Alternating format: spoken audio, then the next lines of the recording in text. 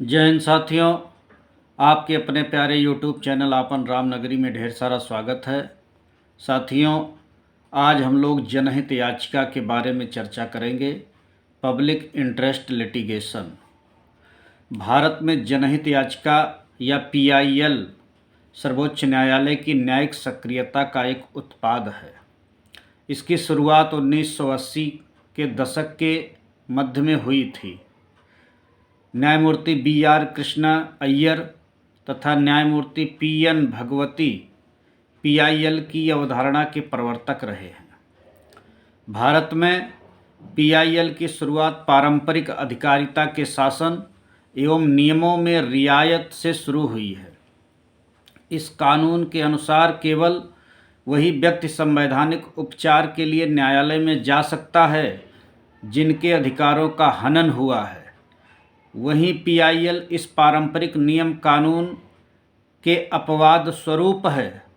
PIL यानी जनहित याचिका के अंतर्गत कोई भी जनभावना वाला व्यक्ति या सामाजिक संगठन किसी भी व्यक्ति या व्यक्तियों के समूहों को अधिकार दिलाने के लिए न्यायालय जा सकता है अगर ये व्यक्ति अथवा समूह निर्धनता, अज्ञान अथवा अपनी सामाजिक आर्थिक रूप से प्रतिकूल दशाओं के कारण न्यायालय उपचार के लिए नहीं जा सकते। इस प्रकार PIL में एक व्यक्ति अपनी पर्याप्त रुचि के बल पर ही अन्य व्यक्तियों के अधिकार दिलाने अथवा एक आम शिकायत दूर करने के लिए न्यायालय जा सकता है। सर्वोच्च न्यायालय ने PIL को जो परिभाषित किया है उसमें लिखा गया है कि एक विधि न्यायालय में सार्वजनिक हित अथवा सामान्य हित जिसमें जनता या किसी समुदाय के वर्ग का आर्थिक हित है अथवा ऐसा कोई हित जुड़ा है जिसके कारण उनके कानूनी अधिकार अथवा दायित्व प्रभावित हो रहे हों के मामले में कानूनी कार्रवाई शुरू करना। PIL कानून के शासन के लिए बिल्कुल ज़रूरी है। इससे न्याय के मुद्दे को आगे बढ़ाया जा सकता है तथा संवैधानिक उद्देश्यों की प्राप्ति की गति को तीव्र किया जा सकता है। दूसरे शब्दों में PIL के वास्तविक जो उद्देश्य हैं उनमें मुख्य रूप से कानून के शासन की रक्षा करना, नंबर 2 सामाजिक आर्थिक रूप से कमज़ोर वर्गों की न्याय तक प्रभावकारी पहुंच बनाना, नंबर 3 मौलिक अधिकारों का सार्थक रूप में प्राप्त करना। जो PIL जनहित याचिका का मुख्य उद्देश्य है वो यही है। PIL की क्या खूबी है, क्या विशेषता है?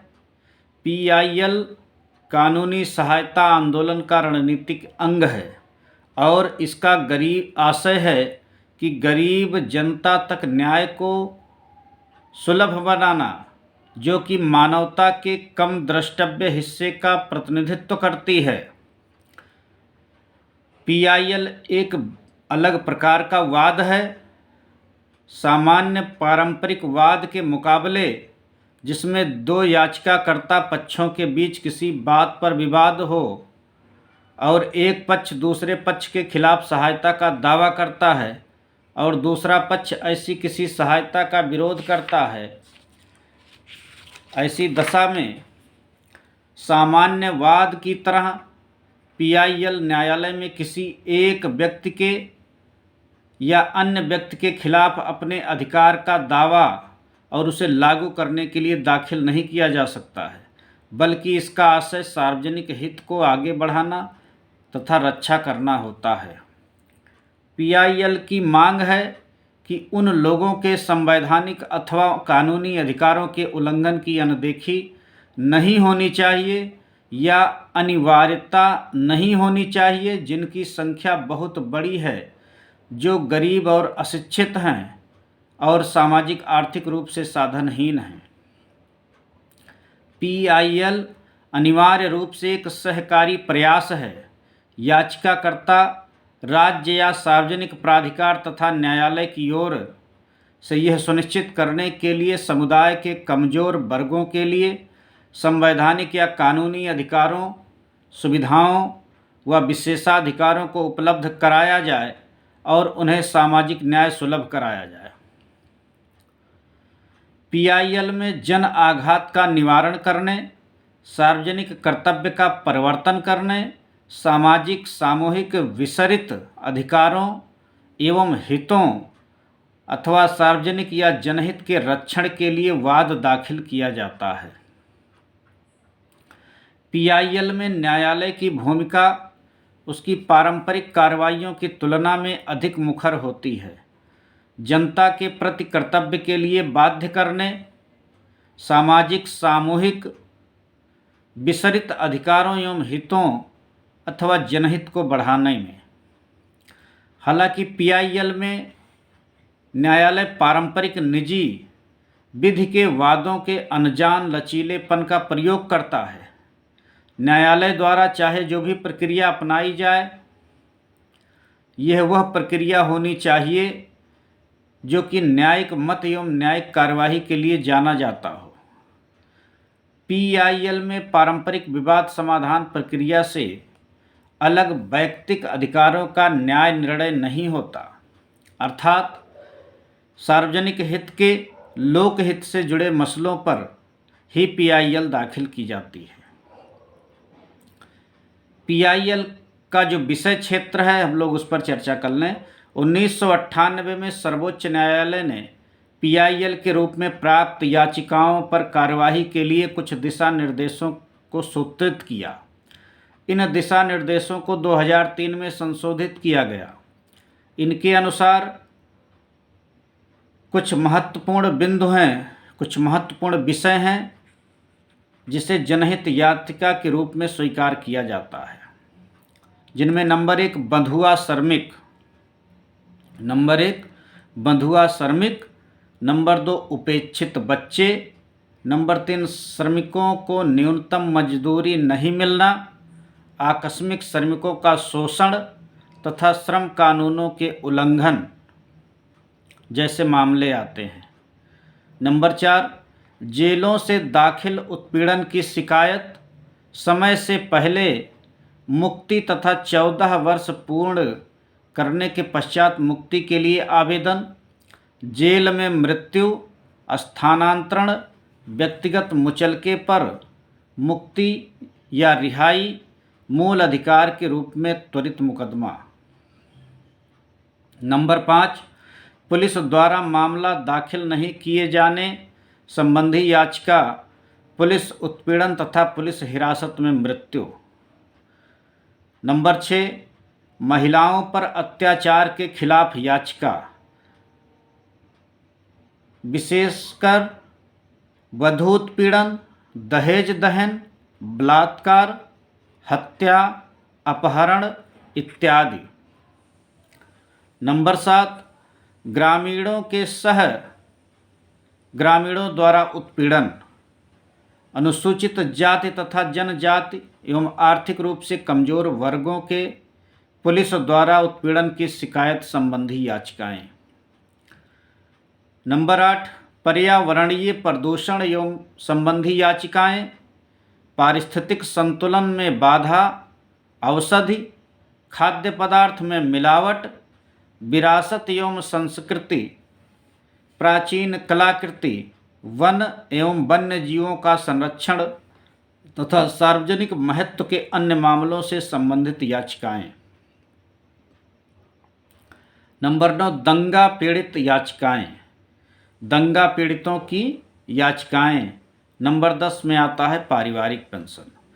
ये 10 बिंदु ऐसे हैं जिन पर पीआईएल दाखिल की जाती है और उच्चतम न्यायालय द्वारा उसे स्वीकार किया जाता है। कुछ विषय ऐसे निर्धारित हैं जिन पर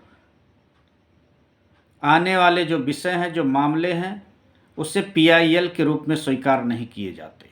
जैसे मकान मालिक और किराएदार के बीच का विवाद।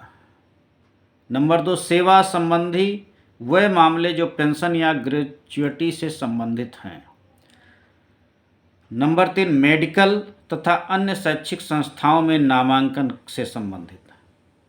नंबर 4, जल्दी सुनवाई के लिए उच्च न्यायालयों एवं अधीनस्थ न्यायालयों में दाखिल याचिकाएं।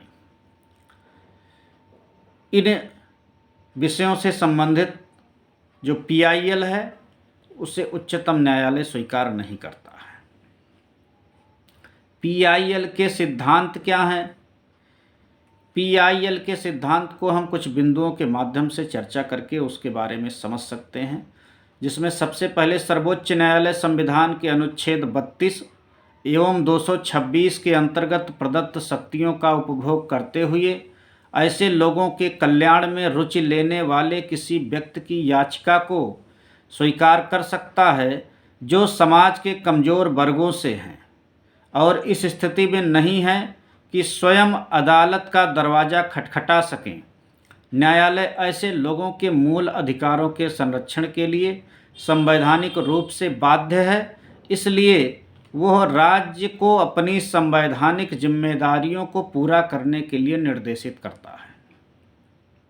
नंबर 2, जब भी सार्वजनिक महत्व के मुद्दे बड़ी संख्या में लोगों के मूल अधिकारों को लागू कराने के संबंध में राज्य के संवैधानिक कर्तव्य और प्रकार्य के मामले उठते हैं, न्यायालय एक पत्र अथवा तार को भी PIL के रूप में व्यवहारित कर लेता है, संज्ञान लेता है। ऐसे मामलों में न्यायालय प्रक्रियागत कानूनों तथा सुनवाई से संबंधित कानून में भी छूट देता है। नंबर 3, जब लोगों के साथ अन्याय हो, न्यायालय अनुच्छेद 14 तथा 21 के तहत कार्रवाई से नहीं हिचकेगा। साथ ही मानवाधिकार संबंधी अंतर्राष्ट्रीय कन्वेंशन भी ऐसे मामलों में एक उपर्युक्त एवं निष्पक्ष मुकदमे का प्रावधान करता है।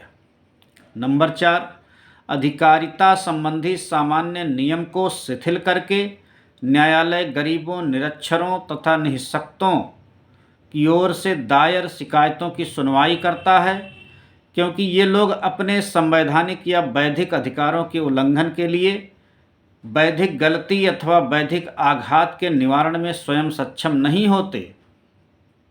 नंबर 5, जब न्यायालय प्रथम दृष्टया साधनहीन लोगों के संवैधानिक अधिकारों के उल्लंघन के बारे में आश्वस्त हो जाता है, वह राज्य अथवा सरकार को तत्संबंधी याचिकाओं के सही ठहराने संबंधी किसी प्रश्न को उठाने की अनुमति नहीं देता है।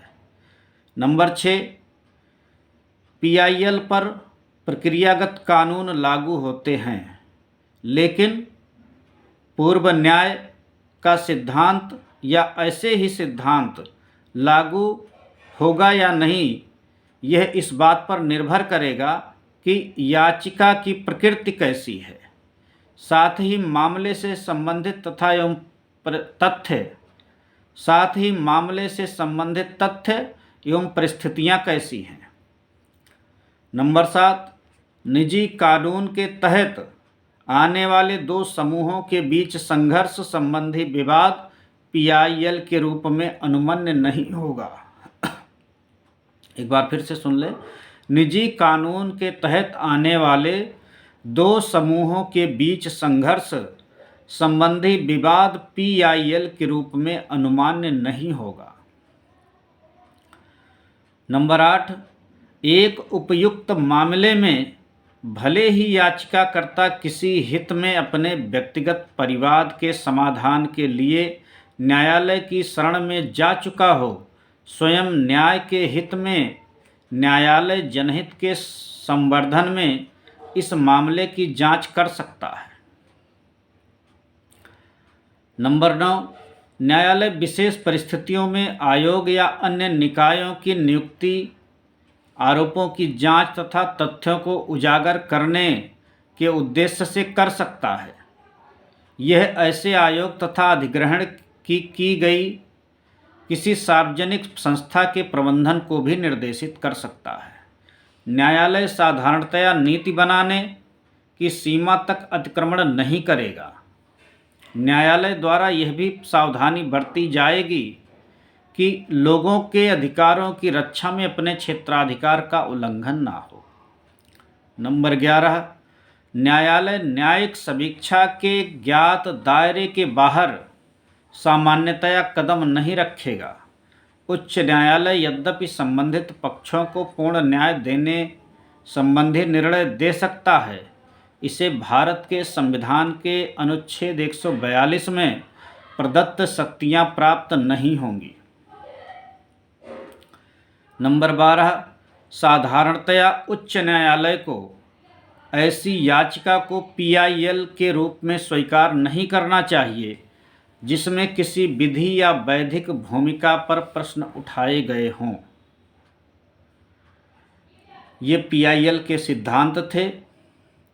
सर्वोच्च न्यायालय ने इस संदर्भ में टिप्पणी की कि जनहित याचिका कोई गोली नहीं है, ना ही हर एक मर्ज की दवा है।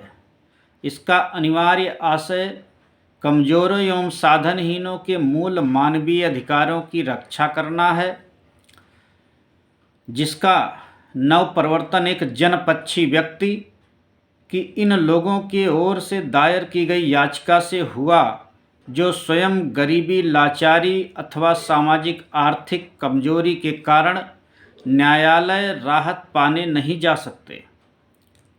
हाल के दिनों में PIL के दुरुपयोग के दृष्टांतों में वृद्धि हुई है, इसलिए उस प्राचलिक पैरामीटर पर पुनः जोर देने की ज़रूरत है जिसकी सीमा में किसी याचिकाकर्ता द्वारा PIL का उपयोग किया जा सके तथा उसे न्यायालय द्वारा सुनवाई के योग्य माना जा सके। इस प्रकार सर्वोच्च न्यायालय ने PIL का दुरुपयोग रोकने के लिए कुछ महत्वपूर्ण दिशा निर्देश भी जारी किया है, जिनमें सबसे पहले न्यायालय सचमुच जरूरी और वैध PIL को अवश्य प्रोत्साहित करे तथा विषयेतर कारणों वाले PIL को हतोत्साहित करे अथवा रोके। नंबर 2, प्रत्येक वैयक्तिक न्यायाधीश PIL से निपटने के लिए स्वयं अपनी प्रक्रिया विकसित करे।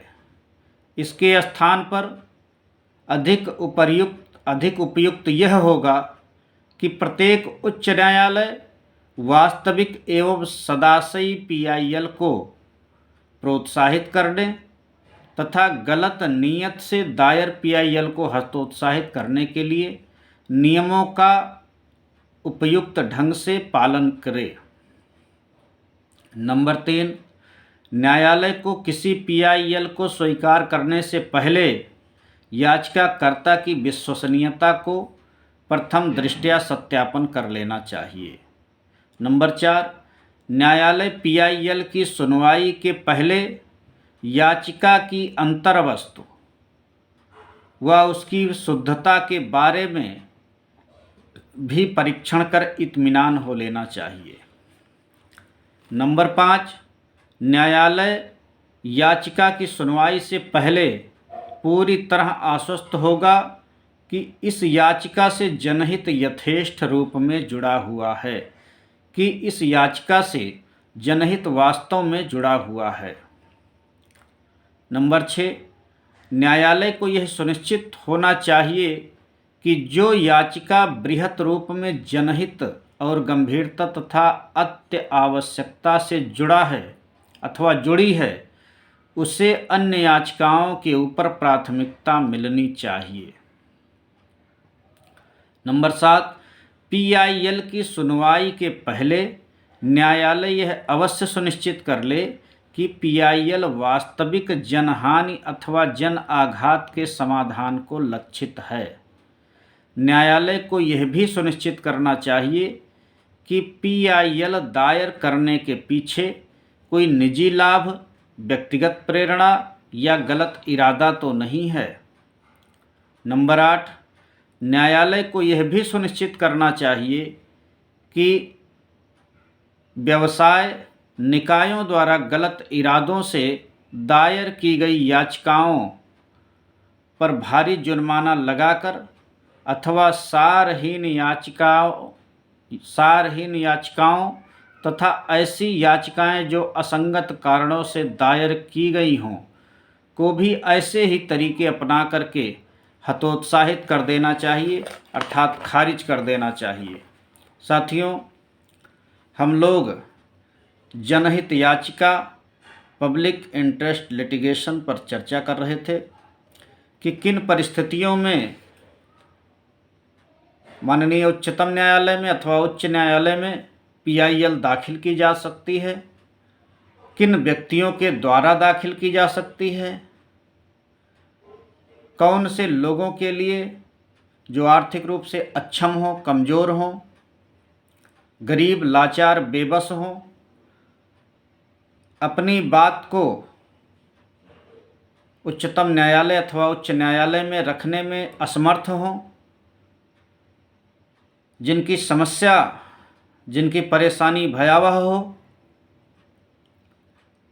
और जिससे लोकहित प्रभावित हो रहा हो, इस प्रकार के मामलों में किसी व्यक्ति द्वारा, किसी संस्था द्वारा, किसी संगठन द्वारा जनहित याचिका अर्थात PIL न्यायालय में दाखिल की जा सकती है। साथियों, PIL के बारे में हम लोग चर्चा कर रहे थे। आप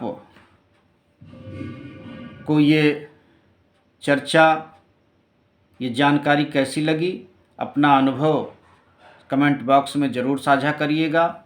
साथियों, अगर आप चैनल पर नए हों तो कृपया करके सब्सक्राइब कर लीजिएगा, लाइक करिएगा, कमेंट करिएगा। वीडियो आपको अच्छी लगी हो तो शेयर भी करिएगा। बहुत बहुत धन्यवाद।